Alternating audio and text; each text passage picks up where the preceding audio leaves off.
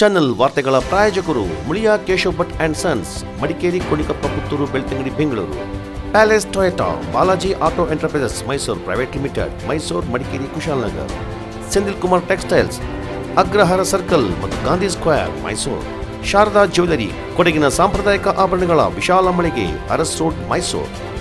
Shri turbulence, Shri Mysuru sports, Aras road, Mysuru.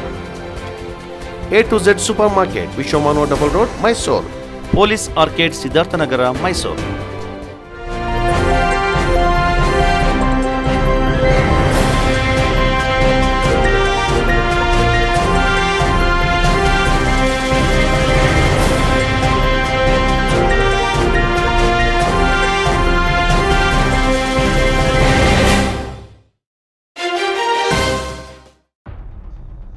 Kodagu ಜಿಲ್ಲೆಯ ಅದೊಂದು ಗ್ರಾಮ ಭಾರೀ ಶಬ್ದ ಕೇಳಿ ಆತಂಕಕ್ಕೆ ಒಳಗಾಗಿತ್ತು.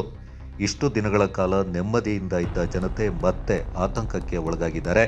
ತಡರಾತ್ರಿ ಕೇಳಿಬಂದ ಶಬ್ದದಿಂದ ಬೆಚ್ಚಿಬಿದ್ದ ಜನತೆ ಮುಂಜಾನೆ ನೋಡಿದಾಗ ರಾಮಕೊಲ್ಲಿಯಲ್ಲಿ ಭಾರೀ ಪ್ರಮಾಣದ ಕೆಸರು ಮಿಶ್ರಿತ ನೀರು ಹರಿತಾ ಇರುವುದು ಕಂಡು ಭಯಭೀತರಾಗಿದ್ದಾರೆ. ನಿಜಕ್ಕೂ ಕೊಡಗಿನಲ್ಲಿ ಮತ್ತೊಂದು ಭೂಕುಸಿತವೇನಾದರೂ ನಡೆದೇ ಹೋಯ್ತೆ?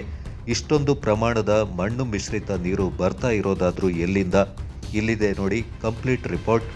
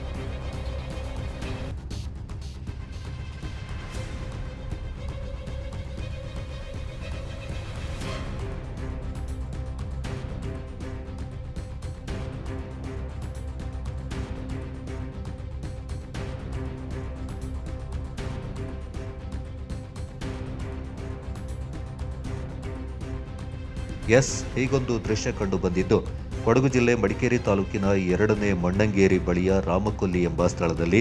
ಕೊಡಗು ಜಿಲ್ಲೆಯ 2ನೇ ಮಣ್ಣಂಗೇರಿಯಲ್ಲಿ ಕೇಳಿಬಂದ ಭಾರೀ ಶಬ್ದದಿಂದಾಗಿ ಮತ್ತೊಂದು ಪ್ರಾಕೃತಿಕ ವಿಕೋಪ ಸಂಭವಿಸಿಯೇ ಬಿಟ್ಟಿದೆ ಅನ್ನೋಷ್ಟರ ಮಟ್ಟಿಗೆ ಶಬ್ದ ಕೇಳಿಬಂದಿದೆ.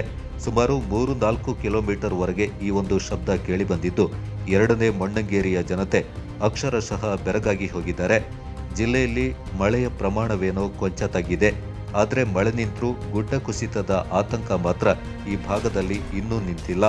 ರಾಮಕೊಲ್ಲಿ ಎಂಬ ಸ್ಥಳದಿಂದ ಸುಮಾರು 3-4 ಕಿಲೋಮೀಟರ್ ದೂರದಿಂದ ಈ ಒಂದು ಗುಡ್ಡ ಕುಸಿತವಾಗಿ ಈ ಮಣ್ಣು ಬಂದಿರಬಹುದೆಂದು ಊಹಿಸಲಾಗಿದೆ.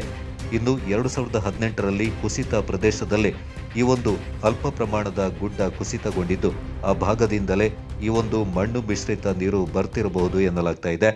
ನಿನ್ನೆ ಸಂಜೆ 7ವರೆಗೆ ಸಂಭವಿಸಿದೆ ಇದು ಘಟನೆ. ಅಂದರೆ ಒಂದು ವಾರದಿಂದ ಮಣ್ಣು ನೀರು ಬರ್ತಾ ಇದೆ. 2018ರಲ್ಲಿ ಏನಾಗಿತ್ತು ಜಲಸ್ಫೋಟ, ಅದೇ ಥರ ಇವಾಗಲೂ ಆಗಿರೋದು ನಿನ್ನೆ ರಾತ್ರಿ.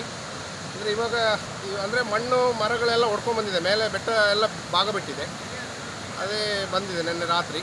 ಈಗ ಈ ಭಾಗದಲ್ಲಿ 25ರಿಂದ 30 ಮನೆಗಳಿದ್ದಾವೆ.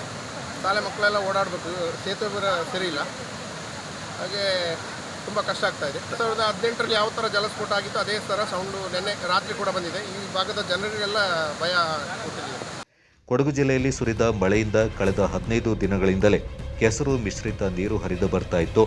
ಆದರೆ ನಿನ್ನೆ ದಿನ ಮಾತ್ರ ಭಾರೀ ಪ್ರಮಾಣದ ಮಣ್ಣು ಬಂದಿರೋದು ಜನತೆಯಿಂದ ಆತಂಕದ ಕೂಪಕ್ಕೆ ದೂಡುವಂತೆ ಮಾಡಿದೆ. ಈ ಒಂದು ಕೆಸರು ಮಿಶ್ರಿತ ನೀರು ಸುಮಾರು 3-4 ಕಿಲೋಮೀಟರ್ನಿಂದ ಗುಡ್ಡ ಜರಿದ ಪರಿಣಾಮ ಭಾರೀ ಪ್ರಮಾಣದ ಮಣ್ಣು ಮತ್ತು ಮರದ ದಿಮ್ಮಿಗಳು ರಾಮಕೊಲ್ಲಿ ಎಂಬಲ್ಲಿ ಅಡ್ಡಲಾಗಿ ನಿರ್ಮಿಸಿರುವ ಸೇತುವೆಗೆ ಬಂದು ಶೇಖರಣೆಗೊಂಡಿದೆ.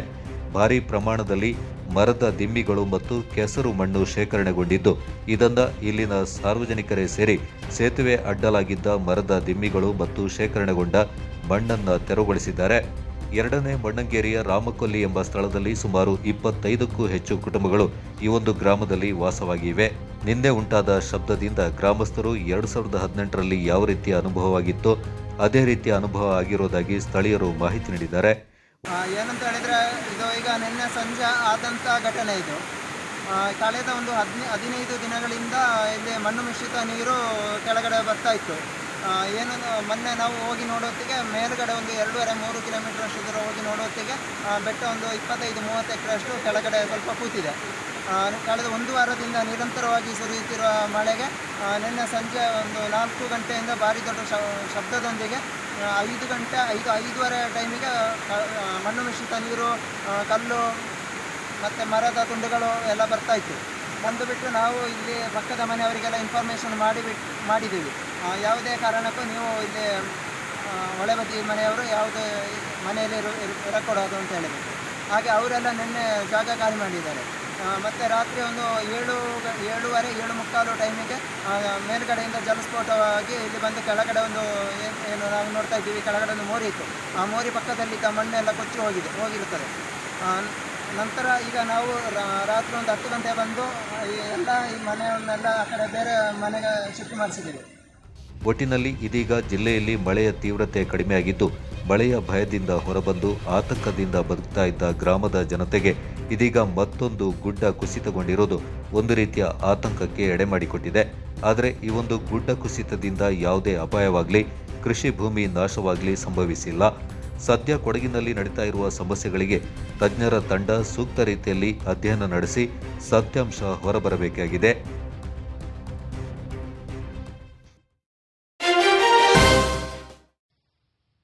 ಜಿಲ್ಲಾಡಳಿತ ಭವನ ಸಮೀಪ ಮಂಗಳೂರು ರಸ್ತೆಯ ತಡೆಗೋಡೆಯಿಂದ ಮಡಿಕೇರಿ ವಿಧಾನಸಭಾ ಕ್ಷೇತ್ರದ ಶಾಸಕ ಎಂಪಿ ಅಪ್ಪಚ್ಚು ರಂಜನ್ ಮತ್ತು ಕೆಜಿ ಬೋಪಯ್ಯವರು ಮಂಗಳವಾರ ಸ್ಥಳಕ್ಕೆ ಭೇಟಿ ನೀಡಿ ಪರಿಶೀಲಿಸಿದರು. ಶಾಸಕ ಎಂಪಿ ಅಪ್ಪಚ್ಚು ರಂಜನ್ ಅವರು ಮಾತನಾಡಿ, ಕಾಮಗಾರಿ ಆರಂಭದ ಸಂದರ್ಭದಲ್ಲಿ ಕಾಂಕ್ರೀಟ್ ತಡೆಗೋಡೆ ನಿರ್ಮಿಸುವಂತೆ ಇಂಜಿನಿಯರ್ಗಳಿಗೆ ಸೂಚನೆ ನೀಡಲಾಗಿತ್ತು. ಆದರೆ ದೆಹಲಿಯಿಂದ ವಿನ್ಯಾಸಕರನ್ನ ಕರೆಸಿ ಸ್ಲ್ಯಾಬ್ ಮಾದರಿಯಲ್ಲಿ ತಡೆಗೋಡೆ ಮಾಡಿದ್ದಾರೆ. ಸ್ಲ್ಯಾಬ್ ಮಾದರಿಯ ತಡೆಗೋಡೆ ಕೊಡಗು ಜಿಲ್ಲೆಯ ಮಣ್ಣಿಗೆ ಸರಿ ಬರೋದಿಲ್ಲ. ಈ ಬಗ್ಗೆ ಸಾಕಷ್ಟು ಬಾರಿ ಎಂಜಿನಿಯರ್ಗಳಿಗೆ ತಿಳಿಸಿದ್ರೂ ಕೂಡ ಕಿವಿಗೊಡಲಿಲ್ಲ ಎಂದರು. ಕೊಡಗು ಜಿಲ್ಲೆಯಲ್ಲಿನ ಮಳೆಯ ವಾತಾವರಣ ನೋಡಿ ಸ್ಥಳೀಯ ಮಾದರಿಯಲ್ಲಿ ತಡೆಗೋಡೆಯಿಂದ ನಿರ್ಮಿಸಬೇಕಿತ್ತು. ಸ್ಲ್ಯಾಬ್ ಮಾದರಿ ತಡೆಗೋಡೆಯಿಂದ ಎತ್ತರಕ್ಕೆ ನಿರ್ಮಿಸಿರುವುದರಿಂದ ಕುಸಿಯುವ ಹಂತ ತಲುಪಿದೆ ಎಂದು ಸಿಟ್ಟಾದರು.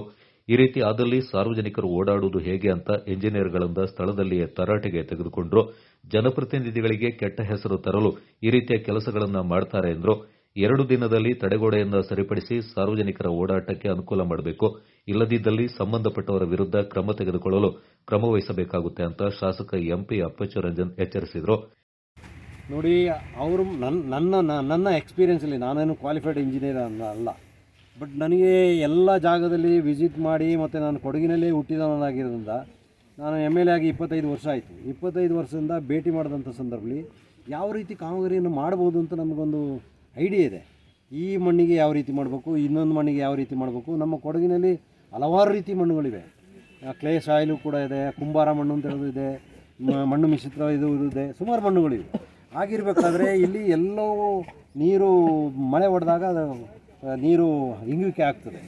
ಅದರ ಜೊತೆಗೆ ಅದು ಎಲ್ಲಾದರೂ ಊಸ್ ಆಗ್ತದೆ, ಹೊರಗಡೆ ದಾಟಬೇಕಾದ್ರೆ ಅದಕ್ಕೆಲ್ಲ ಸರಿಯಾದ ವಿ ಪೋಲ್ಸನ್ನು ಇಡುವಂಥದ್ದು, ಏನಾದರೂ ಒಂದು ಮಾಡುವಂಥ ಕೆಲಸ ಮಾಡಬೇಕು. ನಾನು ಆಗ ಸಲಹೆ ಕೊಟ್ಟಿರೋದಂತಂದರೆ 3 ಮೀಟ್ರು ಫೌಂಡೇಶನ್ ತಗೊಳ್ರಪ್ಪ, ರಾಡ್ ದೊಡ್ಡದು ಹಾಕಿರಪ್ಪ, ಒಂದು 10 ಅಡಿವರೆಗೆ 10 ಮೀಟ್ರ್ವರೆಗೆ ನೀವು ಇದನ್ನು ಕಟ್ಟಿಸುವಂಥ ವ್ಯವಸ್ಥೆ ಮಾಡಿ, ಬಾಕಿ ಇರೋದು ಈ ಶೀಟನ್ನು ಹಾಕ್ಸುವಂಥ ವ್ಯವಸ್ಥೆನಾದರೂ ಮಾಡಿ ಅಂತ ಹೇಳುವಂಥ ವಿಚಾರವನ್ನು ಹೇಳಿದೆ.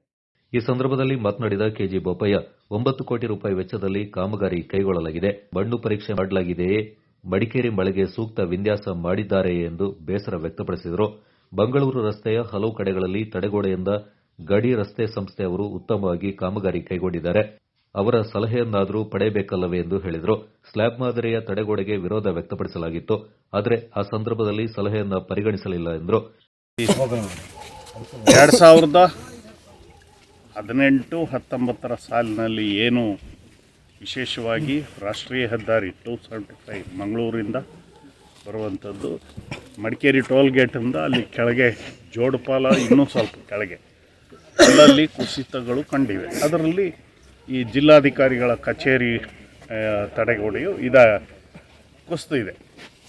ಆದರೆ ಇದನ್ನು ಭಾಳ ಡಿಸೈನ್ ಮಾಡೋವಾಗಲೇ ಅವರು ತಪ್ಪಿದ್ದಾರೆ. ಯಾವುದೇ ಈ ಥರದ ಕನ್ಸ್ಟ್ರಕ್ಷನ್ಸ್ ಮಾಡುವಾಗ ಫಸ್ಟ್ ಏನು ಮಾಡಬೇಕು, ಸಾಯಿಲ್ ಟೆಸ್ಟ್ ಮಾಡಬೇಕು. ಎಂಥ ಥರದ ಮಣ್ಣು ಇದೆ, ಇದಕ್ಕೆ ಯಾವುದು ಸೂಟೇಬಲ್ ಇದು ಆಗ್ತದೆ ಅನ್ನೋದನ್ನು ಯಾರೇ ಎಕ್ಸ್ಪರ್ಟ್ಸ್ ಮಾಡಬೇಕಾಗಿತ್ತು. ಆ ಕೆಲಸ ಇಲ್ಲಿ ಮಾಡಿಲ್ಲ. ಇವರು ಈಗ ಹೇಳಿದ ಹಾಗೆ ಬೇರೆ ಕಡೆ ಅತಿ ಕಡಿಮೆ ಮಳೆ ಇರುವ ಜಾಗದಲ್ಲಿ ಸರಿ ಸಾಯಿಲ್ದು ನೇಚರೇ ಬೇರೆ ಇರ್ತದೆ, ಅಲ್ಲಿಂದಲೇ ತಪ್ಪಿದ್ದಾರೆ. ಮತ್ತು ಈ ಹಿಂದೆ ಮಂಗಳೂರು ರೋಡ್ ಮಾಡಿದಂಥ DRN ಕಂಪನಿ ಏನಿದೆ ಅಲ್ಲಿದ್ದ ಎಕ್ಸ್ಪರ್ಟ್ಸು ಇದನ್ನು ನೋಡಿ ಹೇಳಿದ್ದಾರೆ, ಈ ಡಿಸೈನಲ್ಲಿ ಮಾಡಿದರೆ ಅದು ಮಳೆಗಾಲ ನಿಲ್ಲೋದಿಲ್ಲ ಇಲ್ಲಿಯ ನೇಚರ್ಗೆ ಅನ್ನೋದನ್ನು. ನಾನು ಅದನ್ನು ಜಿಲ್ಲಾ ಮಟ್ಟದ ಸಭೆ ಆದಾಗ ಈಗ ಹೇಳ್ತಾರಲ್ಲ ಕಾಂಗ್ರೆಸ್ನವರು, ಅವರ ಉಸ್ತುವಾರಿ ಅಧ್ಯಕ್ಷತೆಯಲ್ಲಿ ಆದ ಸಭೆಯಲ್ಲೂ ಪ್ರಸ್ತಾಪ ಮಾಡಿದ್ದೇನೆ. ಜಿಲ್ಲಾಧಿಕಾರಿ ಡಾ ಬಿಸಿ ಸತೀಶ್, ಲೋಕೋಪಯೋಗಿ ಇಲಾಖೆಯ ಮುಖ್ಯ ಇಂಜಿನಿಯರ್ ಗೋವಿಂದರಾಜು ಮತ್ತಿತರ ಇಂಜಿನಿಯರ್ಗಳು ಈ ಸಂದರ್ಭ ಪಾಲ್ಗೊಂಡಿದ್ದರು.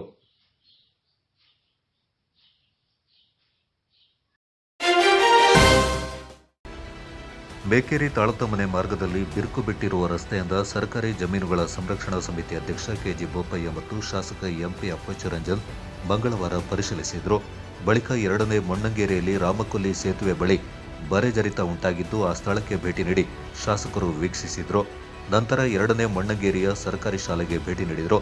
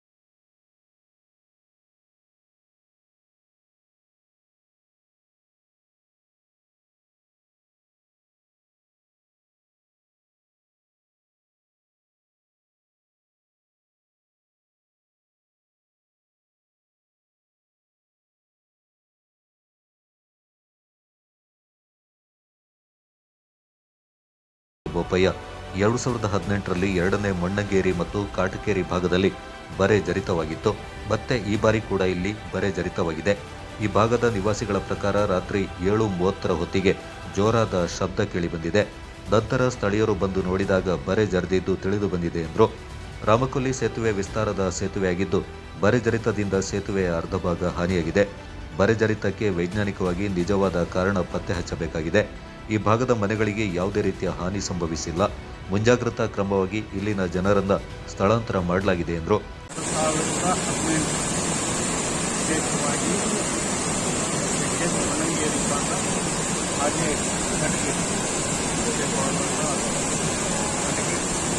ಈ ಭಾಗದಲ್ಲಿ ಮತ್ತೆ ಬಾರಿ ಏನಾಗಿದೆ ಅದರಲ್ಲಿ ಮತ್ತೆ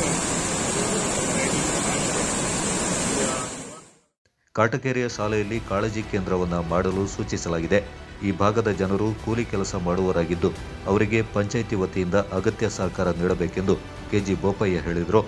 ಜಿಲ್ಲಾಧಿಕಾರಿ ಡಾಕ್ಟರ್ ಬಿಸಿ ಸತೀಶ್ ಅವರು ಮಾತನಾಡಿ, ಮಣ್ಣಂಗೇರಿ ಗ್ರಾಮದಲ್ಲಿ ಹಲವು ಕುಟುಂಬಗಳು ವಾಸ ಮಾಡ್ತಾ ಇವೆ. ಇಲ್ಲಿನ ಜನರಿಗೆ ಸೂಕ್ತ ವ್ಯವಸ್ಥೆ ಮಾಡಲಾಗುತ್ತೆ. ಈ ಭಾಗದ ಜನರು ಒಪ್ಪಿಗೆ ನೀಡಿದ್ದಲ್ಲಿ ಮುಂದಿನ ದಿನಗಳಲ್ಲಿ ಶಾಶ್ವತವಾಗಿ ಬೇರೆ ಕಡೆಗೆ ಸ್ಥಳಾಂತರ ಮಾಡಿಸಲಾಗುವುದು ಎಂದರು. ಬರೆಜರಿತದಿಂದ ನೀರಿನೊಂದಿಗೆ ಮರದ ದಿಂಬಿಗಳು ಹರಿದು ಬಂದು ಸೇತುವೆ ಬಳಿ ನಿಂತಿದೆ. ಅದನ್ನು ಗ್ರಾಮ ಪಂಚಾಯತ್ ವತಿಯಿಂದ ತೆರವು ಮಾಡಲು ಸೂಚಿಸಲಾಗುವುದು.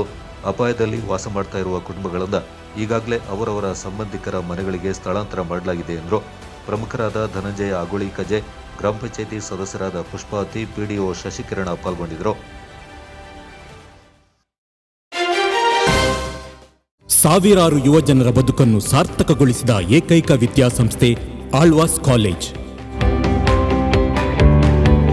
ಅತ್ಯುನ್ನತ ಶೈಕ್ಷಣಿಕ ಸಾಧನೆಗಳು, ಸಾಂಸ್ಕೃತಿಕ ಲೋಕದ ಹೆಜ್ಜೆ ಗುರುತುಗಳು, ಜಾಗತಿಕ ಮಟ್ಟದ ಕ್ರೀಡಾ ದಾಖಲೆಗಳು ಆಳ್ವಾಸ್ನ ಕೀರ್ತಿ ಶಿಖರದಲ್ಲಿದೆ. ಪ್ರತಿಯೊಬ್ಬರಿಗೂ ಉದ್ಯೋಗದ ಖಚಿತ ಭರವಸೆಯನ್ನು ಕೊಡುವ ಆಳ್ವಾಸ್ ಕಾಲೇಜಿಗೆ ಸೇರಿ ನಿಮ್ಮ ಭವಿಷ್ಯಕ್ಕೆ ಮುನ್ನುಡಿ ಬರೆಯಿರಿ.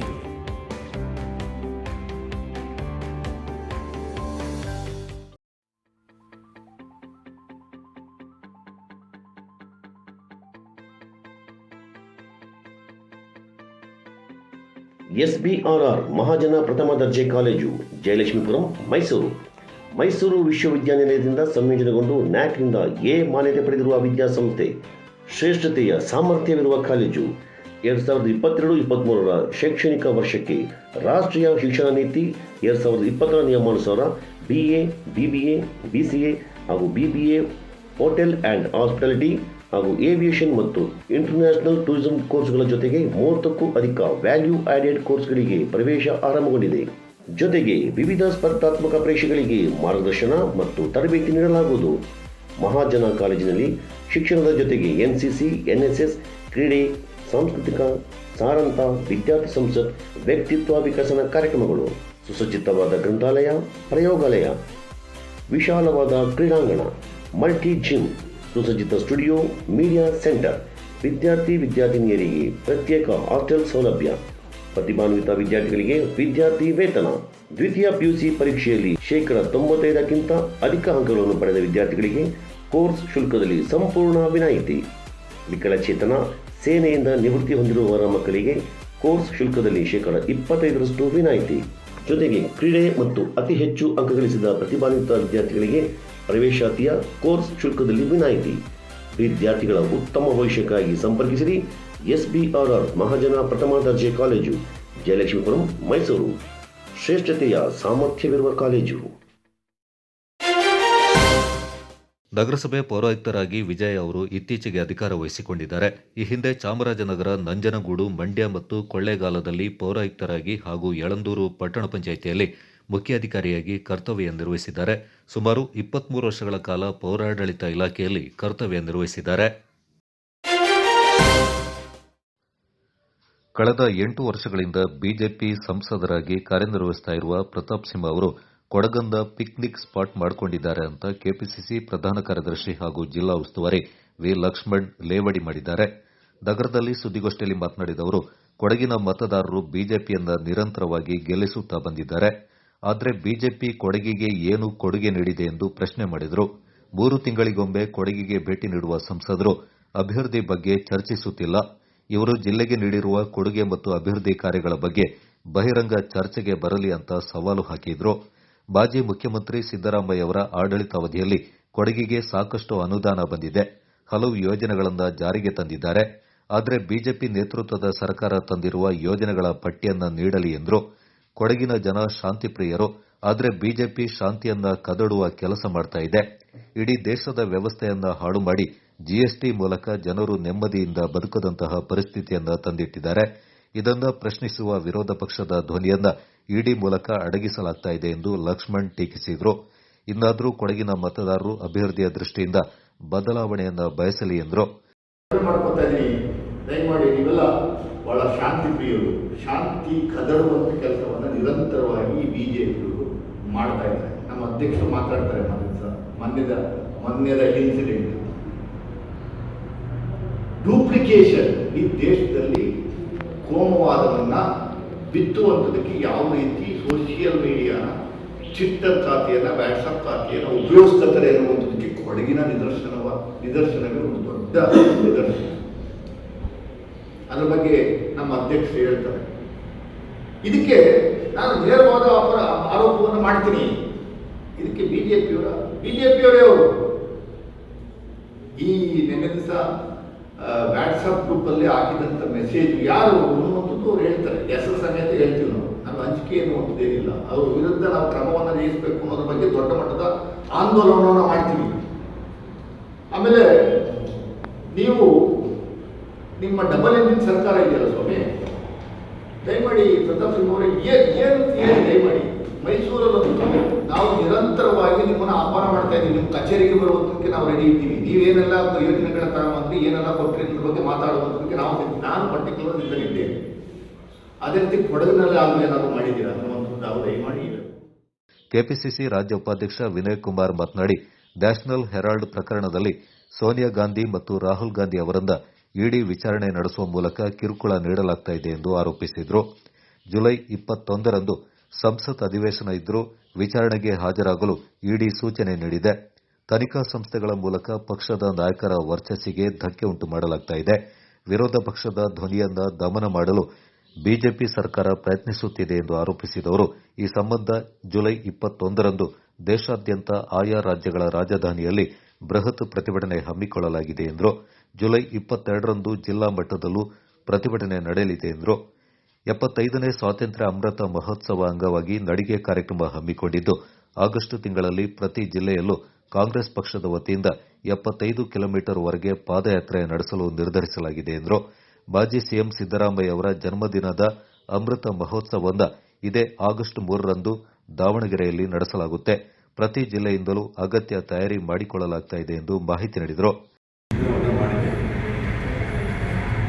ಅದರಲ್ಲಿ ನಾವು 6-7 ಸಬ್ಜೆಕ್ಟ್ಗಳನ್ನು ಇಟ್ಟುಕೊಂಡು ಚರ್ಚೆ ಮಾಡುವಂಥ ಕಾರ್ಯಕ್ರಮ ಆಗಿದೆ. ಅದರ ವರದಿ ಕೂಡ ಇದೆ. ಆ ವರದಿಗೆ ಅನುಗುಣವಾಗಿ ನಾವು ಪಕ್ಷದ ಸಂಘಟನೆಯಲ್ಲಿ ಮಾಡಬೇಕು ಅಂತೇಳಿ 2ನೇ ಹಂತದಲ್ಲಿ ಪ್ರತಿಯೊಂದು ಬ್ಲಾಕ್ ಕಾಂಗ್ರೆಸ್ ಕೂಡ ಭೇಟಿಯನ್ನು ಕೊಡ್ತಾ ಇದ್ದೀವಿ. ನಿನ್ನೆ 3 ಬ್ಲಾಕ್ ಕಾಂಗ್ರೆಸ್ಗೆ ನಾವು ಭೇಟಿ ಕೊಟ್ಟಿದ್ದೇವೆ. ಇವತ್ತು 2 ಕಡೆಯಲ್ಲಿ ಭೇಟಿ ಕೊಡ್ತಾ ಇದ್ದೀವಿ. ಎಲ್ಲ ಜಿಲ್ಲೆ, ಎಲ್ಲ ಹಿರಿಯ ಮುಖಂಡರುಗಳು ಕೂಡ ಒಟ್ಟಾಗಿ ಸೇರಿಕೊಂಡು ಪಕ್ಷದ ಸಂಘಟನೆಗೆ ಸಾಕಷ್ಟು ಒತ್ತು ಕೊಡಬೇಕು ಅನ್ನೋ ಕಾರ್ಯಕ್ರಮ ಹಮ್ಮಿಕೊಳ್ತಾ ಇದ್ದೀವಿ. ನಮ್ಮ ಉದ್ದೇಶ, ನಾವು ಪ್ರತಿಯೊಂದು ವಲಯ ಕಾಂಗ್ರೆಸ್ ಕೂಡ ಹುಡುಕಬೇಕು, ಬೂದು ಮಟ್ಟದಲ್ಲಿ ನಮ್ಮ ಸಂಘಟನೆಗಳನ್ನು ಬೆಳೆಸಬೇಕು.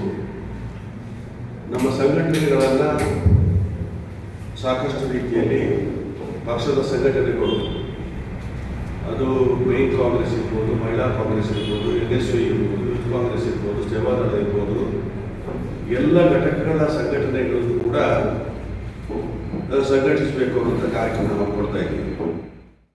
ಕಾಂಗ್ರೆಸ್ ಜಿಲ್ಲಾಧ್ಯಕ್ಷ ಧರ್ಮಜ ಉತ್ತಪ್ಪ ಮಾತನಾಡಿ, ಕೊಡಗಿನ ಕುಲದೇವಿ ಕಾವೇರಿ ಹಾಗೂ ಕೊಡವ ಮಹಿಳೆಯರಿಂದ ಸಾಮಾಜಿಕ ಜಾಲತಾಣದಲ್ಲಿ ಅವಹೇಳನ ಮಾಡಿದ ಆರೋಪಿಯನ್ನ ಬಂಧಿಸಿದ ಕೊಡಗು ಜಿಲ್ಲಾ ಪೊಲೀಸರ ಕಾರ್ಯ ಶ್ಲಾಘನೀಯವೆಂದರು. ಚುನಾವಣೆ ಸಂದರ್ಭದಲ್ಲಿ ಬಿಜೆಪಿ ಭಾವನಾತ್ಮಕವಾಗಿ ಸಮುದಾಯಗಳ ನಡುವೆ ವಿಷ ಬೀಜ ಬಿತ್ತಲು ಯತ್ನಿಸಿದೆ ಎಂದು ಆರೋಪಿಸಿದವರು, ಪೊಲೀಸರ ದಕ್ಷತೆಯಿಂದ ಈ ಷಡ್ಯಂತ್ರ ವಿಫಲವಾಗಿದೆ ಎಂದರು. ಈ ಘಟನೆಯನ್ನ ಕೂಲಂಕುಷವಾಗಿ ತನಿಖೆ ನಡೆಸಿ ಅದರ ಮೂಲವೊಂದ ಕಂಡುಹಿಡಿದು ಜನರಿಗೆ ತಿಳಿಸಬೇಕೆಂದರು. ಮೊನ್ನೆ ನಡೆದಂತಹ ಒಂದು ಪ್ರಕರಣ, ಕಾವೇರಿ ಮತ್ತೆ ನಿಂದನೆ ಮತ್ತು ಮಹಿಳೆಯರ ಮೇಲೆ ಆಗಿದ್ದಂಥ ಒಂದು ಆರೋಪದ ಮೇಲೆ ಪತ್ರಿಕೋಷ್ಠಿ ಮಾಡಿದ್ರು. ಅಲ್ಲೂ ಕೂಡ ನಾವು ನಿನ್ನೆ ಹೇಳಿದ್ದು, ಅವತ್ತು ಏನು ಇವತ್ತೇನು ಆರೋಪಿಯನ್ನು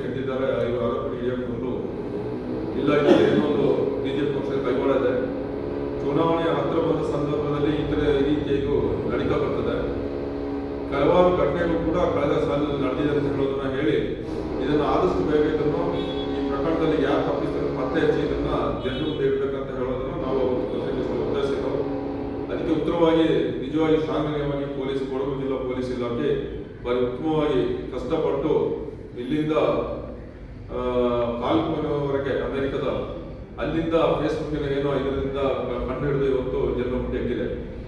ಇಲ್ಲಿ ನಾವು ಮುಖ್ಯವಾಗಿ ಹೇಳೋದೇನೆಂದ್ರೆ ನಾವೇನು ಆರೋಪಿಸ್ತಿದ್ದೀವಿ ಅದನ್ನೇ ಮುಖ್ಯವಾಗಿ ಹೇಳಬೇಕಾಗ್ತದೆ. ಕಳೆದ ಕೆಲವಾರು ವರ್ಷಗಳಿಂದ ಚುನಾವಣೆ ಬರುವ ಸಂದರ್ಭಗಳಲ್ಲಿ ಅದಕ್ಕೆ ಅಂತ ಒಂದು 4-5 ತಿಂಗಳ ಮುಂದೆ ಅದರ ಒಂದು ವರ್ಷದ ಮುಂದೆ ಈ ತರದ ಘಟನೆಗಳು ಇವತ್ತು ಭಾವನಾತ್ಮಕವಾಗಿ ಕೇಳಿಸಿದ್ದು ಬಿಜೆಪಿಯ ಒಂದು ಹೊಂದಾರ.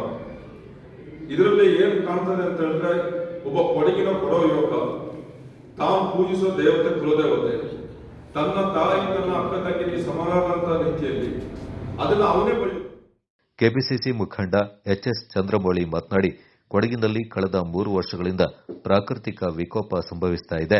ಆದರೆ ಈ ಬಾರಿ ವಿಪತ್ತು ನಿರ್ವಹಣೆಗೆ ಮುನ್ನೆಚ್ಚರಿಕಾ ಕ್ರಮಗಳನ್ನು ಕೈಗೊಳ್ಳುವಲ್ಲಿ ಸರ್ಕಾರ ಸಂಪೂರ್ಣವಾಗಿ ವಿಫಲವಾಗಿದೆ ಎಂದು ಟೀಕಿಸಿದರು. ಮುಂದಿನ ದಿನಗಳಲ್ಲಿ ಈ ರೀತಿ ಆಗದಂತೆ ಮುನ್ನೆಚ್ಚರಿಕಾ ಕ್ರಮವಾಗಿ ಕೊಡಗಿನಲ್ಲಿ ವಿಪತ್ತು ನಿರ್ವಹಣಾ ಘಟಕವನ್ನು ಸ್ಥಾಪಿಸಬೇಕೆಂದು ಒತ್ತಾಯಿಸಿದರು. ಡೋಂಗಿ ಪರಿಸರವಾದಿಗಳ ಮಾತಿನಂತೆ ಪಶ್ಚಿಮ ಘಟ್ಟವೊಂದ ಪರಿಸರ ಸೂಕ್ಷ್ಮ ವಲಯವನ್ನಾಗಿ ಮಾಡಲು ಹೊರಟಿದ್ದು ಈ ಭಾಗದ ಜನರಿಗೆ ತೊಂದರೆಯಾಗಲಿದೆ. ಆದ್ದರಿಂದ ಕಸ್ತೂರಿ ರಂಗನ್ ವರದಿಯನ್ನು ವಿರೋಧಿಸಿ ಜುಲೈ 28ರಂದು ಕೊಡಗಿನಲ್ಲಿ ಕಾಂಗ್ರೆಸ್ ಪಕ್ಷದ ವತಿಯಿಂದ ಪ್ರತಿಭಟನೆ ನಡೆಯಲಿದೆ ಎಂದರು. ಸೂಕ್ಷ್ಮ ವಲಯ ಅಂತ ಏನು ಮಾಡಿದ್ದಾರೆ, ಕೇಂದ್ರ ಸರ್ಕಾರ ಪರಿಸರ ಇಲಾಖೆ ಜುಲೈ 4ರಂದು ಅಧಿಸೂಚನೆಯನ್ನು ಹೊರಡಿಸಿದೆ. ಅದು 5ನೇ ಅಧಿಸೂಚನೆ. ಇಲ್ಲಿ ಅಧಿಕಾರಿಶಾಹಿಗಳು, ಜನಪ್ರತಿನಿಧಿಗಳು, ಅಧಿಕಾರಿಶಾಹಿಗಳು ಈ ಡೋಂಗಿ ಪರಿಸರವಾದಿಗಳ ಮಾತುಗಳನ್ನು ಕೇಳಿಕೊಂಡು ಈ ಒಂದು ಪಶ್ಚಿಮ ಘಟ್ಟ ಸೂಕ್ಷ್ಮ ವಲಯ ಅಂತ ಮಾಡಬೇಕು ಅಂತ ಹೇಳಿ ಯಾವ ವ್ಯಕ್ತಿಗಳಿಗೆ ಅವರಿಗೆ ಹೇಳ್ತಾರೆ, ಭೌಗೋಳಿಕವಾಗಿ ನೋಡಿದಾಗ ಈ ಕೊಡಗೇನಾಗಿದೆ, ಕೊಡಗಿನಲ್ಲಿ ಸಾಧ್ಯವಾಗದು ಅಂತ ಹೇಳಿ ಹಲವಾರು ತೊಂದರೆಗಳು ಏನಾಗ್ತದೆ ಎಷ್ಟೋ ಜನರಿಗೆ ಗೊತ್ತಿಲ್ಲ. ಈ ಕೇಂದ್ರ ಪರಿಸರ ಇಲಾಖೆ ಏನು ಇವತ್ತು ಕರಾವಳಿ ಮಲೆನಾಡು ಭಾಗದ ಜನರ ಜೀವನ ಅಸ್ತವ್ಯಸ್ತವಾಗಲಿದೆ. ಮತ್ತು ಎಲ್ಲ ರೀತಿಯ ಗಣಿಗಾರಿಕೆಗಳು ಸಂಪೂರ್ಣವಾಗಿ ನೈಸರ್ಗಿಕವಾಗುತ್ತದೆ. ಮರಳನ್ನು ಕೂಡ ತೆಗೆಯಲು ಆಗಲ್ಲ, ಇಲ್ಲ ಕ್ವಾರಿಯನ್ನು ಕೂಡ ನಾವು ಮುಂದುವರ್ಸೋಕ್ಕಾಗೋದಿಲ್ಲ. ಆಗ ನಾಳೆ ಇಲ್ಲಿ ಒಂದು ಮನೆಗಳು ಕಟ್ಟಬೇಕು ಅಂತ ಹೇಳಿದಾಗ ಎಲ್ಲಿಂದ ನೀವು ಮಣ್ಣು ತರ್ತೀರಾ, ಮರಳು ತರ್ತೀರಾ, ಎಲ್ಲಿಂದ ನೀವು ಮಾಡ್ತೀರಾ? ಡೊಮೆಸ್ಟಿಕ್ ಯೂಸ್ ಬೇಕಾದಂತಹ ಕೂಡ ಪರ್ಮಿಷನ್ ಬರೋದಿಲ್ಲ. ಒಂದು ಕೆರೆಯನ್ನು ಕಟ್ಟಬೇಕಾದ್ರೂ ಕೂಡ ಒಂದು ಪರ್ಮಿಷನ್ ಬೇಕು, ಅದನ್ನು ಕೂಡ ಕೊಡೋದಿಲ್ಲ. ಮತ್ತೆ ಇಲ್ಲಿ ಒಂದು ರೆಡ್ ಕ್ಯಾಟಗರಿ ಇಂಡಸ್ಟ್ರಿಗಳಂತ ಇರುತ್ತೆ. ಒಂದು ಆಶ್ಚರ್ಯ ಸಂಗತಿ ನೋಡಿದ್ರೆ ಸುಮಾರು 25 ವರ್ಷಗಳಿಂದ ಒಂದೇ ಒಂದು ಕೈಗಾರಿಕೆ. ಗೋಷ್ಠಿಯಲ್ಲಿ ವಿಧಾನ ಪರಿಷತ್ನ ಮಾಜಿ ಸದಸ್ಯೆ ವೀಣಾ ಅಚ್ಚಯ್ಯ ಹಾಗೂ ಪಕ್ಷದ ಮಾಜಿ ಜಿಲ್ಲಾಧ್ಯಕ್ಷ ಕೆಕೆ ಮಂಜುನಾಥ್ ಪಾಲ್ಗೊಂಡಿದ್ದರು.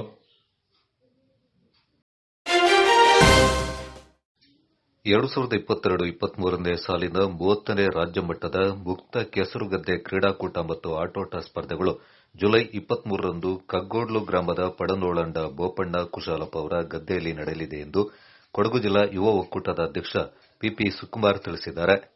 ನಗರದಲ್ಲಿ ಸುದ್ದಿಗೋಷ್ಠಿಯಲ್ಲಿ ಮಾತನಾಡಿದ ಅವರು, ಜಿಲ್ಲಾಡಳಿತ, ಜಿಲ್ಲಾ ಪಂಚಾಯಿತಿ, ಯುವ ಸಬಲೀಕರಣ ಮತ್ತು ಕ್ರೀಡಾ ಇಲಾಖೆ, ನೆಹರು ಯುವ ಕೇಂದ್ರ, youth hostel association of India Madikeri ಘಟಕ, ಕೊಡಗು ಜಿಲ್ಲಾ ಯುವ ಒಕ್ಕೂಟ, ಮಡಿಕೇರಿ, ವಿರಾಜಪೇಟೆ ಹಾಗೂ ಸೋಮವಾರಪೇಟೆ ತಾಲೂಕು ಯುವ ಒಕ್ಕೂಟ ಹಾಗೂ ಕಗ್ಗೋಡ್ಲು ಕಾವೇರಿ ಯುವಕ ಸಂಘ ಇವರ ಸಂಯುಕ್ತಾಶ್ರಯದಲ್ಲಿ ಕ್ರೀಡಾಕೂಟ ನಡೆಯಲಿದೆ ಎಂದರು. ಎಲ್ಲ ಕಾರ್ಯಕ್ರಮಗಳಿಗೂ ಕೂಡ ಬೆಳಗ್ಗೆ 9 ಗಂಟೆಗೆ ನಾವು 1 ಗಂಟೆ ಕಾರ್ಯಕ್ರಮವನ್ನು ಪ್ರಾರಂಭ ಮಾಡ್ತೇವೆ. ಹಾಗೂ ಏನು ಈಗಾಗಲೇ ಒಂದ್ಸರಿ ಪತ್ರಿಕೆಯಲ್ಲಿ ಮಾಹಿತಿ ಬಂದಿದೆ.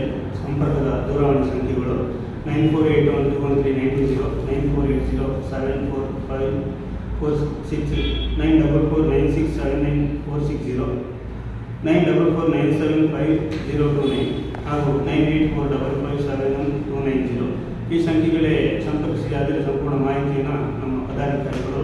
ಪ್ರಾಥಮಿಕ ಶಾಲಾ ಬಾಲಕರಿಗೆ 100 ಮೀಟರ್ ಓಟ, ಹಿರಿಯ ಪ್ರಾಥಮಿಕ ಶಾಲಾ ಬಾಲಕಿಯರಿಗೆ 100 ಮೀಟರ್ ಓಟ, ಪ್ರೌಢಶಾಲಾ ಬಾಲಕರಿಗೆ 200 ಮೀಟರ್ ಓಟ, ಪ್ರೌಢಶಾಲಾ ಬಾಲಕಿಯರಿಗೆ 200 ಮೀಟರ್ ಓಟ, ಪದವಿ ಪೂರ್ವ ಕಾಲೇಜು ಬಾಲಕರಿಗೆ 400 ಮೀಟರ್ ಓಟ, ಪದವಿ ಪೂರ್ವ ಕಾಲೇಜು ಬಾಲಕಿಯರಿಗೆ 400 ಮೀಟರ್ ಓಟ, ಪದವಿ ಕಾಲೇಜು ಬಾಲಕರಿಗೆ 400 ಮೀಟರ್ ಓಟ, ಪದವಿ ಕಾಲೇಜು ಬಾಲಕಿಯರಿಗೆ 400 ಮೀಟರ್ ಓಟ, 40 ವರ್ಷ ಮೇಲ್ಪಟ್ಟ ಪುರುಷರಿಗೆ 300 ಮೀಟರ್ ಓಟ, 40 ವರ್ಷ ಮೇಲ್ಪಟ್ಟ ಮಹಿಳೆಯರಿಗೆ 300 ಮೀಟರ್ ಓಟ ಹಾಗೂ ಸಾರ್ವಜನಿಕ ಪುರುಷರಿಗೆ ಮುಕ್ತ ಹಾಗೂ ಮಹಿಳೆಯರಿಗೆ ಮುಕ್ತ ಓಟವನ್ನು ನಾವು ಹಮ್ಮಿಕೊಂಡಿದ್ದೇವೆ. ಮಡಿಕೇರಿ ತಾಲೂಕು ಯುವ ಒಕ್ಕೂಟದ ಅಧ್ಯಕ್ಷ ಬಾಳಾಡಿ ದಿಲೀಪ್ ಕುಮಾರ್ ಮಾತನಾಡಿ, ಮಡಿಕೇರಿ ತಾಲೂಕಿನ ಕಗ್ಗೋಳ್ಳು ಗ್ರಾಮದ ಪಡನೋಳಂಡ ಬೋಪಣ್ಣ ಕುಶಾಲಪ್ಪ ಅವರ ಗದ್ದೆಯಲ್ಲಿ ಅಂದು ಬೆಳಗ್ಗೆ 9:30ಕ್ಕೆ ನಡೆಯಲಿರುವ ಕ್ರೀಡಾಕೂಟವನ್ನು ಉಸ್ತುವಾರಿ ಸಚಿವರಾದ ಬಿಸಿ ನಾಗೇಶ್ ಉದ್ಘಾಟಿಸಲಿದ್ದಾರೆಂದರು.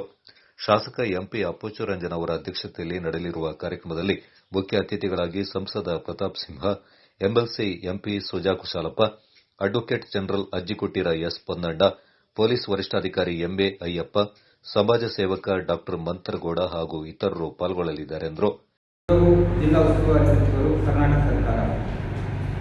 ಅಧ್ಯಕ್ಷತೆ ಶ್ರೀ ಎಂಪಿ ಅಪ್ಪಚ್ಚುರಂಜನ್, ಸನ್ಮಾನ್ಯ ಶಾಸಕರು, ಮಡಿಕೇರಿ ವಿಧಾನಸಭಾ ಕ್ಷೇತ್ರ. ಮುಖ್ಯ ಅತಿಥಿಗಳು ಶ್ರೀ ಪ್ರತಾಪ್ ಸಿಂಹ, ಸನ್ಮಾನ್ಯ ಸಂಸದರು, ಮೈಸೂರು ಲೋಕಸಭಾ ಕ್ಷೇತ್ರ. ಶ್ರೀ ಎಂಪಿ ಸುಜಾ ಕುಶಲಪ್ಪ, ಸನ್ಮಾನ್ಯ ಶಾಸಕರು, ಕರ್ನಾಟಕ ವಿಧಾನ ಪರಿಷತ್. ಶ್ರೀ ಅಜ್ಜಿಕುಟೀರ ಎಸ್ ಪೊನ್ನಣ್ಣ, ಸನ್ಮಾನ್ಯ ನಿವೃತ್ತ ಅಡ್ವೊಕೇಟ್ ಜನರಲ್ ಬೆಂಗಳೂರು. ಶ್ರೀ ದಿನೇಶ್, ಸನ್ಮಾನ್ಯ ಅಧ್ಯಕ್ಷರು, ಗ್ರಾಮ ಪಂಚಾಯಿತಿ ಮೇಕೇರಿ. ಶ್ರೀ ಎಂಎ ಅಯ್ಯಪ್ಪ, ಪೊಲೀಸ್ ವರಿಷ್ಠಾಧಿಕಾರಿಗಳು, ಕೊಡಗು ಜಿಲ್ಲೆ. ಡಾಕ್ಟರ್ ಮಂತ್ರಗೌಡ, ಸನ್ಮಾನ್ಯ ಉದ್ಯಮಿಗಳು ಹಾಗೂ ಸಮಾಜ ಸೇವಕರು, ಬೆಂಗಳೂರು. ಡಾಕ್ಟರ್ ಎಸ್ ಬಾಲಾಜಿ, ಅಧ್ಯಕ್ಷರು, ಕರ್ನಾಟಕ ರಾಜ್ಯ ಯುವ ಸಂಘಗಳ ಒಕ್ಕೂಟ. ಶ್ರೀ ಕೊಡನೂರಂಡ ಬೋಪಣ್ಣ ಕುಶಾಲಪ್ಪ, ಕಾಫಿ ಬೆಳೆಗಾರರು ಹಾಗೂ ಕೆಸರುಗದ್ದೆ ಮಾಲೀಕರು, ಕಕ್ಕೋಡು. ಸಂಜೆ 6 ಗಂಟೆಗೆ ನಡೆಯಲಿರುವ ಸಮಾರೋಪ ಸಮಾರಂಭದ ಅಧ್ಯಕ್ಷತೆಯಿಂದ ಹಾಕತ್ತೂರು ಗ್ರಾಮ ಪಂಚಾಯತ್ ಅಧ್ಯಕ್ಷೆ ಸವಿತಾ ವಹಿಸಲಿದ್ದಾರೆ. ವಿರಾಜಪೇಟೆ ಶಾಸಕ ಕೆಜಿ ಬೋಪಯ್ಯ ವಿಜೇತರಿಗೆ ಬಹುಮಾನ ವಿತರಿಸಲಿದ್ದು, ಮುಖ್ಯ ಅತಿಥಿಗಳಾಗಿ ಜಿಲ್ಲಾಧಿಕಾರಿ ಡಾ ಬಿಸಿ ಸತೀಶ್, ಪ್ರಮುಖರಾದ ಪೊಂದಚ್ಚನ ಲೋಕೇಶ್, ವಿಜಯಲಕ್ಷ್ಮಿ ಸೇರಿದಂತೆ ಮತ್ತಿತರ ಗಣ್ಯರು ಪಾಲ್ಗೊಳ್ಳಲಿದ್ದಾರೆಂದು ಮಾಹಿತಿ ನೀಡಿದರು.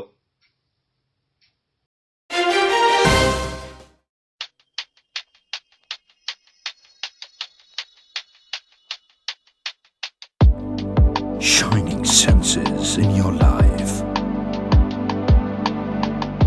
Desirable designs. Gives you treasured memory. Sharda Jewelers. Bhima jewels ಅರ್ಪಿಸುವ ಚೈನ್ ಮತ್ತು ಬ್ಯಾಂಗಲ್ ಹಬ್ಬ. ಅಪೂರ್ವ ಡಿಸೈನ್ಗಳ ಅಪರಿಮಿತ ಸಂಗ್ರಹ. ಚೈನ್ ಮತ್ತು ಬ್ಯಾಂಗಲ್ಗಳ ಮಜೂರಿಯ ಮೇಲೆ 50% ಕಡಿತ. 3% ಮಜೂರಿಯ ಆರಂಭ. ಭೀಮಾ ಗೋಲ್ಡ್ ರೇಟ್ ಪ್ರೊಟೆಕ್ಷನ್ ನಲ್ಲಿ ವಿವಾಹ ಸಮಾರಂಭದ ಅಡ್ವಾನ್ಸ್ ಬುಕಿಂಗ್ಗಳು 5% ಆರಂಭ. ಭೀಮಾ ಜ್ಯುವೆಲ್ಸ್ನ ಚೈನ್ ಮತ್ತು ಬ್ಯಾಂಗಲ್ ಮೆಗಾ ಹಬ್ಬದಲ್ಲೂ ವಿಸ್ತೃತ ಆಯ್ಕೆ ಹಾಗೂ ಸಂಗ್ರಹಗಳನ್ನು ಆಯ್ದುಕೊಳ್ಳಿ. Bhima jewels, BN road, Mysuru. ಕೊಡಗಿನ ಕಾವೇರಿ ಹಾಗೂ ಕೊಡವ ಮಹಿಳೆಯರ ಕುರಿತು ಸಾಮಾಜಿಕ ಜಾಲತಾಣಗಳಲ್ಲಿ ಅವಹೇಳನ ಮಾಡಿದ ಆರೋಪಿಗೆ ಕಠಿಣ ಶಿಕ್ಷೆ ವಿಧಿಸಿ ಗಡೀಪಾರು ಮಾಡಬೇಕೆಂದು ಕೊಡಗು ಯೂತ್ ಕಮಿಟಿ ಅಧ್ಯಕ್ಷ ನಿಯಾಜ್ ಸುಂಟಿಕೊಪ್ಪ ಒತ್ತಾಯಿಸಿದ್ದಾರೆ. ನಗರದಲ್ಲಿ ಸುದ್ದಿಗೋಷ್ಠಿಯಲ್ಲಿ ಮಾತನಾಡಿದ ಅವರು, ಆರೋಪಿಯನ್ನು ಬಂಧಿಸುವ ಮೂಲಕ ಕೊಡಗಿನ ಶಾಂತಿ ಸುವ್ಯವಸ್ಥೆ ಕಾಪಾಡುವಲ್ಲಿ ಯಶಸ್ವಿಯಾಗಿರುವ ಪೊಲೀಸರ ಕಾರ್ಯ ಶ್ಲಾಘನೀಯವೆಂದರು. ಘಟನೆಯಿಂದ ಜಿಲ್ಲೆಯಲ್ಲಿ ಬಿಗುವಿನ ವಾತಾವರಣ ನಿರ್ಮಾಣವಾಗಿತ್ತು. ಸತ್ಯಾಸತ್ಯತೆ ತಿಳಿಯದೆ ಅಮಾಯಕ ವಿದ್ಯಾರ್ಥಿಗೆ ಮಾನಸಿಕವಾಗಿ ಕಿರುಕುಳ ನೀಡಲಾಗಿದೆ. ಪ್ರಚೋದನಾತ್ಮಕ ಹೇಳಿಕೆ ನೀಡುವ ಮೂಲಕ ಧರ್ಮ ನಿಂದನೆ ಕೂಡ ಮಾಡಲಾಗಿದೆ ಎಂದು ಆರೋಪಿಸಿದರು. ಅಮಾಯಕ ವಿದ್ಯಾರ್ಥಿಯ ಪೋಷಕರು ಆತಂಕದಲ್ಲೇ ದಿನದೂಡಿದ್ದಾರೆ.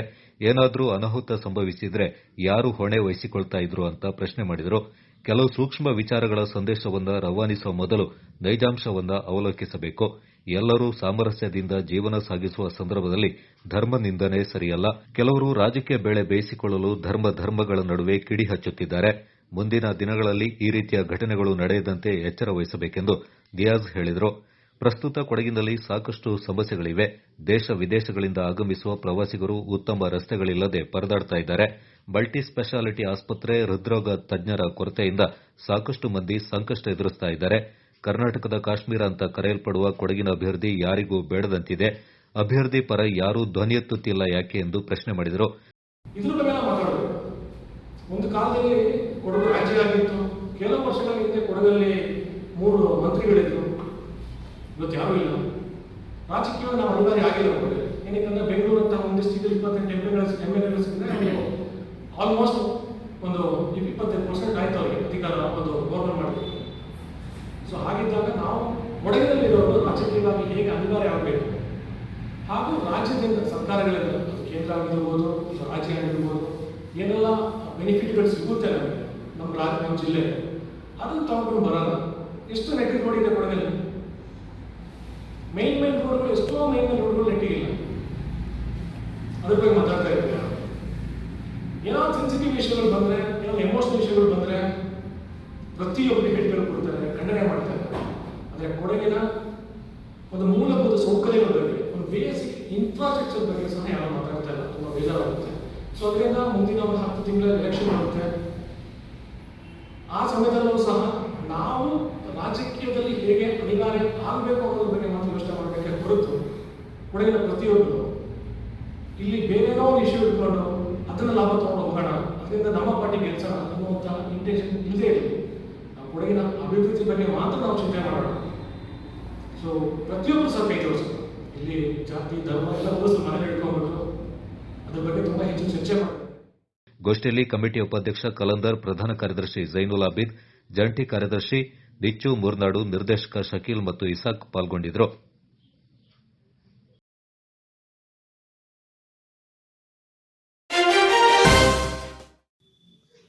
ಶ್ರೀ ಕ್ಷೇತ್ರ ಧರ್ಮಸ್ಥಳ ಗ್ರಾಮಾಭಿವೃದ್ಧಿ ಯೋಜನೆಯ ನಾಪಕ್ಲು ಶೌರ್ಯ ವಿಪತ್ತು ನಿರ್ವಹಣಾ ಘಟಕದ ಸದಸ್ಯರು ಗುಂಡಿಮಯವಾಗಿ ಸಂಚಾರಕ್ಕೆ ದುಸ್ತರವಾಗಿದ್ದ ರಸ್ತೆಯ ಗುಂಡಿ ಮುಚ್ಚಿ ಮಾನವೀಯತೆ ಮೆರೆದಿದ್ದಾರೆ. ನಾಪಕ್ಲು ಪಟ್ಟಣದ ಮುಖ್ಯ ರಸ್ತೆಗಳಲ್ಲಿ ಒಂದಾಗಿರುವ ಬೇತು ರಸ್ತೆಯ ಆಟೋ ನಿಲ್ದಾಣದಿಂದ ಕೆನರಾ ಬ್ಯಾಂಕ್ವರೆಗಿನ ರಸ್ತೆ ಗುಂಡಿಮಯವಾಗಿ ಮಳೆ ನೀರು ನಿಂತು ವಾಹನ ಚಾಲಕರು ಮತ್ತು ಸಾರ್ವಜನಿಕರು ನಡೆದಾಡಲು ಪರದಾಡುವಂತಹ ಪರಿಸ್ಥಿತಿ ನಿರ್ಮಾಣವಾಗಿತ್ತು. ಇದನ್ನು ಮನಗಂಡ ಶ್ರೀ ಕ್ಷೇತ್ರ ಧರ್ಮಸ್ಥಳ ಗ್ರಾಮಾಭಿವೃದ್ಧಿ ಯೋಜನೆಯ ಶೌರ್ಯ ವಿಪತ್ತು ನಿರ್ವಹಣಾ ಘಟಕದ ಸದಸ್ಯರು ತಮ್ಮ ಕೆಲಸ ಕಾರ್ಯಗಳನ್ನು ಬದಿಗಿಟ್ಟು ಸ್ವತಃ ಕಲ್ಲುಗಳನ್ನು ಗಾಡಿಯಲ್ಲಿ ತಂದು ಗುಂಡಿ ಮುಚ್ಚಿ ಶ್ರಮದಾನ ಮಾಡುವ ಮೂಲಕ ಸುಗಮ ಸಂಚಾರಕ್ಕೆ ಅನುವು ಮಾಡಿಕೊಟ್ಟು ಸಾರ್ವಜನಿಕರ ಮೆಚ್ಚುಗೆಗೆ ಪಾತ್ರರಾದರು. ಈ ಕಾರ್ಯದಲ್ಲಿ ಶೌರ್ಯ ಘಟಕದ ಸದಸ್ಯರಾದ ಕಾಳೆಯಂಡ ಸಾಬಾ ತಿಮ್ಮಯ್ಯ, ನಿತಿನ್ ದೇವಯ್ಯ, ಬೇದಪ್ಪ ಅನಿಲ್, ಮಿಟ್ಟು ಸೋಮಯ್ಯ, ಲಕ್ಷ್ಮೀಕಾಂತ್, ಹಬಿಂದ್, ಹರ್ಷಿತ್, ವಿಜು ಮತ್ತಿತರರು ಪಾಲ್ಗೊಂಡಿದ್ದರು. ಜಕರಿಯಾ, ನಾಪಕ್ಲು.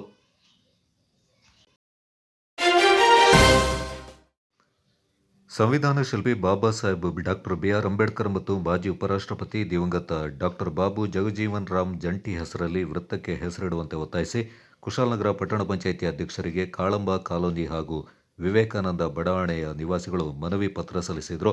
ಈ ಕುರಿತು ಮಾತನಾಡಿದ ಇಲ್ಲಿನ ನಿವಾಸಿ ಪ್ರಮುಖ ಎಚ್.ವಿ. ಧರ್ಮ, ಕೊಡಗಿನ ಹೆಬ್ಬಾಗಿಲು ಕುಶಾಲನಗರದ ಮುಖ್ಯ ದ್ವಾರದ ಬಳಿ ಇರುವ ಬಿಎಂ ರಸ್ತೆ ಮತ್ತು ಹಾಸನ ರಸ್ತೆಗೆ ಹೊಂದಿಕೊಂಡಂತೆ ಇರುವ ಕಾಳಂಬ ಕಾಲೋನಿಯ ಪಕ್ಕದ ಸರ್ಕಲ್ಗೆ ಬೇರೆ ಹೆಸರಿಡುವಂತೆ ಇಲ್ಲಿನ ಪಟ್ಟಣ ಪಂಚಾಯಿತಿಯ ಕೆಲವು ಸದಸ್ಯರು ಹುನ್ನಾರ ನಡೆಸಿರುವುದು ಸರಿಯಲ್ಲ. ದಲಿತರೇ ಅತಿ ಹೆಚ್ಚು ಸಂಖ್ಯೆಯಲ್ಲಿ ವಾಸವಿರುವ ಕಾಳಂಬ ಕಾಲೋನಿ ಮತ್ತು ವಿವೇಕಾನಂದ ಬಡಾವಣೆಗೆ ಹೊಂದಿಕೊಂಡಂತಿರುವ ಈ ಸರ್ಕಲ್ಗೆ ಡಾಕ್ಟರ್ ಬಿಆರ್ ಅಂಬೇಡ್ಕರ್ ಮತ್ತು ಡಾಕ್ಟರ್ ಬಾಬು ಜಗಜೀವನ್ ರಾಮ್ ಅವರ ಜಂಟಿ ಹೆಸರಿಡಬೇಕು. ಬೇರೆ ಯಾವುದೇ ಹೆಸರಿಟ್ಟರೂ ನಾವು ಅದಕ್ಕೆ ಒಪ್ಪೋದಿಲ್ಲ. ಇಲ್ಲದಿದ್ದಲ್ಲಿ ಮುಂದಿನ ದಿನಗಳಲ್ಲಿ ಪಟ್ಟಣ ಪಂಚಾಯಿತಿಯ ಮುಂಭಾಗ ಉಗ್ರ ಸ್ವರೂಪದ ಪ್ರತಿಭಟನೆಗೆ ಮುಂದಾಗಬೇಕಾಗುತ್ತೆ ಅಂತ ಇದೇ ಸಂದರ್ಭ ತಿಳಿಸಿದರು. ಕುಶಾಲನಗರ ಕಾಳಂಬ ಕಾಲೋನಿ ನಿವಾಸ ಏನಂದರೆ ಮಹಾರಾಜ ಸರ್ಕಲ್ಲು ಜಂಕ್ಷನ್ ಅದು ಅಂಬೇಡ್ಕರ್ ವೃತ್ತ ಆಗಬೇಕಂತ ಅಂದ್ಕೊಂಡಿದ್ದೀವಿ ನಾವು. ಆದರೆ ಏನೂ ಗೊತ್ತಿಲ್ಲದೇ ಅವರು ನಮಗೆ ಮೆಂಬರ್ಗಳು ಗೊತ್ತಿಲ್ಲದೇ ಅವರು ವೈಯಕ್ತಿಕವಾಗಿ ಮಾಡ್ಕೊಂಡಿದ್ದಾರೆ. ನಮಗೆ ಈ ವಿಷಯ ತಿಳಿಸಿಲ್ಲ. ನಾವು ಗ್ರಾಮಸ್ಥರು ಭಾಳ ವಿರೋಧ ವ್ಯಕ್ತಪಡಿಸ್ತೀವಿ. ಇನ್ನು ಮುಂದಿನ ದಿನಗಳಲ್ಲಿ ಈ ಥರ ಒಳಗಿಂದೊಳಗೆ ಮಾಡಿದ್ರೆ ನಾವು ಪ್ರತಿಭಟನೆ ಮಾಡೋಕ್ಕೆ ಮುಂದಾಗ್ತೀವಿ. ಯಾವುದೇ ಕಾರಣಕ್ಕೂ ಬಿಡಲ್ಲ ನಾವು. ಮತ್ತೆ ಮಾಡಿದ್ರೆ ಅಂಬೇಡ್ಕರ್ ಸರ್ಕಲ್, ಅಂಬೇಡ್ಕರ್ ಮತ್ತು ಬಾಬು ಜಗಜೀವನ್ ರಾಮ್ ಇಬ್ಬರದು ಮಾಡಬೇಕು. ಇಲ್ಲ ಒಬ್ಬರನ್ನು ಮಾಡಿದ್ರೆ ನಾವು ಮುಂದಿನ ದಿನಗಳು ಪ್ರತಿಭಟನೆ ಮಾಡ್ತೀವಿ. ನಾವು ಜನ ಸೇರಿಸ್ತೀವಿ. ಗ್ರಾಮಸ್ಥರೆಲ್ಲ ಒಂದಾಗಿ ಒಗ್ಗಟ್ಟಾಗಿ ಪ್ರತಿಭಟನೆ ದೊಡ್ಡದಾಗಿ ಮಾಡ್ತೀವಿ. ನಂತರ ಮಾತನಾಡಿದ ಮತ್ತೋರ್ವ ಪ್ರಮುಖ ರಕ್ಷಿತ್, ಕರ್ನಾಟಕದ ಕಾಶ್ಮೀರ ಕೊಡಗಿನ ಹೆಬ್ಬಾಗಿಲಾದ ಕುಶಾಲನಗರದ ಮುಖ್ಯ ದ್ವಾರದಲ್ಲಿರುವ ಹಾಗೂ ಪ್ರಾಥಮಿಕವಾಗಿ ಪ್ರತಿಯೊಬ್ಬರೂ ನಗರಕ್ಕೆ ಪ್ರವೇಶಿಸುವಾಗ ಸಿಗುವ ಸರ್ಕಲ್ ಇದಾಗಿದ್ದು, ಇದಕ್ಕೆ ರಾಷ್ಟ್ರ ನಾಯಕರಾದ ಸಂವಿಧಾನ ಶಿಲ್ಪಿ ಬಾಬಾ ಸಾಹೇಬ್ ಡಾಕ್ಟರ್ ಬಿಆರ್ ಅಂಬೇಡ್ಕರ್ ಹಾಗೂ ಡಾಕ್ಟರ್ ಬಾಬು ಜಗಜೀವನ್ ರಾಮ್ ಅವರ ಜಂಟಿ ಹೆಸರಲ್ಲಿ ಸರ್ಕಲ್ ನಿರ್ಮಾಣವಾಗಬೇಕು. ಆ ನಿಟ್ಟಿನಲ್ಲಿ ಇಂದು ಕುಶಾಲನಗರ ಪಟ್ಟಣ ಪಂಚಾಯಿತಿ ಅಧ್ಯಕ್ಷರಿಗೆ ಮನವಿ ಪತ್ರ ಸಲ್ಲಿಸಲಾಗಿದ್ದು, ಪಟ್ಟಣ ಪಂಚಾಯಿತಿಯ ಸರ್ವ ಸದಸ್ಯರು ಇದಕ್ಕೆ ಸಮ್ಮತಿ ನೀಡಬೇಕು ಮತ್ತು ಆದಷ್ಟು ಶೀಘ್ರವೇ ವೃತ್ತ ನಿರ್ಮಾಣದ ಕಾಮಗಾರಿಯನ್ನು ಕೈಗೊಳ್ಳಬೇಕು. ಇಲ್ಲದಿದ್ದಲ್ಲಿ 2 ಗ್ರಾಮಗಳ ಗ್ರಾಮಸ್ಥರು ಪ್ರತಿಭಟನೆ ಹಮ್ಮಿಕೊಳ್ಳಬೇಕಾಗುತ್ತೆ ಅಂತ ಎಚ್ಚರಿಕೆ ನೀಡಿದರು. ಸುಮಾರು ಒಂದು 20-25 ಜನ ಟೌನ್ ಪಂಚಾಯಿತಿ ಭೇಟಿ ಮಾಡೋಕ್ಕೆ ಕಾರಣ ಇಷ್ಟೇ, ಏನೂ ಇಲ್ಲ. ಅಲ್ಲಿ ಒಂದು ನಮ್ಮ ಮಹಾರಾಜ ಬಾರಿನ ಮುಂದೆ ಒಂದು ಸರ್ಕಲ್ ಇದೆ. ಆ ಸರ್ಕಲ್ನಲ್ಲಿ ಬಾಬು ಜಗಜೀವನ್ ರಾವ್ ಅವರ ವೃತ್ತ ಮಾಡಬೇಕಂತ 1.5 ವರ್ಷ ಮುಂಚೆಯಿಂದಲೇ ಅದಕ್ಕೆ ಸಂಬಂಧಪಟ್ಟ ಡಾಕ್ಯುಮೆಂಟ್ಸ್ಗಳೆಲ್ಲನೂ ಮೂವ್ ಮಾಡ್ತಾ ಇದ್ದಾರೆ. ಹಾಗಾಗಿ ನಾವು ಎಲ್ಲ ಸಮಾಜದವರು ಅಲ್ಲಿ ಒಂದೇ ವಾರ್ಡ್ ನಂಬರ್ 1, 2, 3 ಅಲ್ಲಿ ಸೇರಿರೋದ್ರಿಂದ ಬಾಬಾ ಸಾಹೇಬ್ ಅಂಬೇಡ್ಕರ್ ಹಾಗೂ ಬಾಬು ಜಗಜೀವನ್ ರಾವ್ ಇಬ್ಬರದು ನಮ್ಮ ನಾಯಕರೇ ಆಗಿರುವುದರಿಂದ ಇಬ್ಬರನ್ನು ಸ್ಟ್ಯಾಚ್ಯೂ ಮಾಡಲು ಅಲ್ಲೊಂದು ಅವಕಾಶ ನೀಡಬೇಕಾಗಿ ಪಟ್ಟಣ ಪಂಚಾಯಿತಿ ಅಧ್ಯಕ್ಷರಾದ ಜಯವರ್ಧನ್ ಅವರಿಗೆ ಮನವಿ ಪತ್ರ ಸಲ್ಲಿಸಲಾಯಿತು.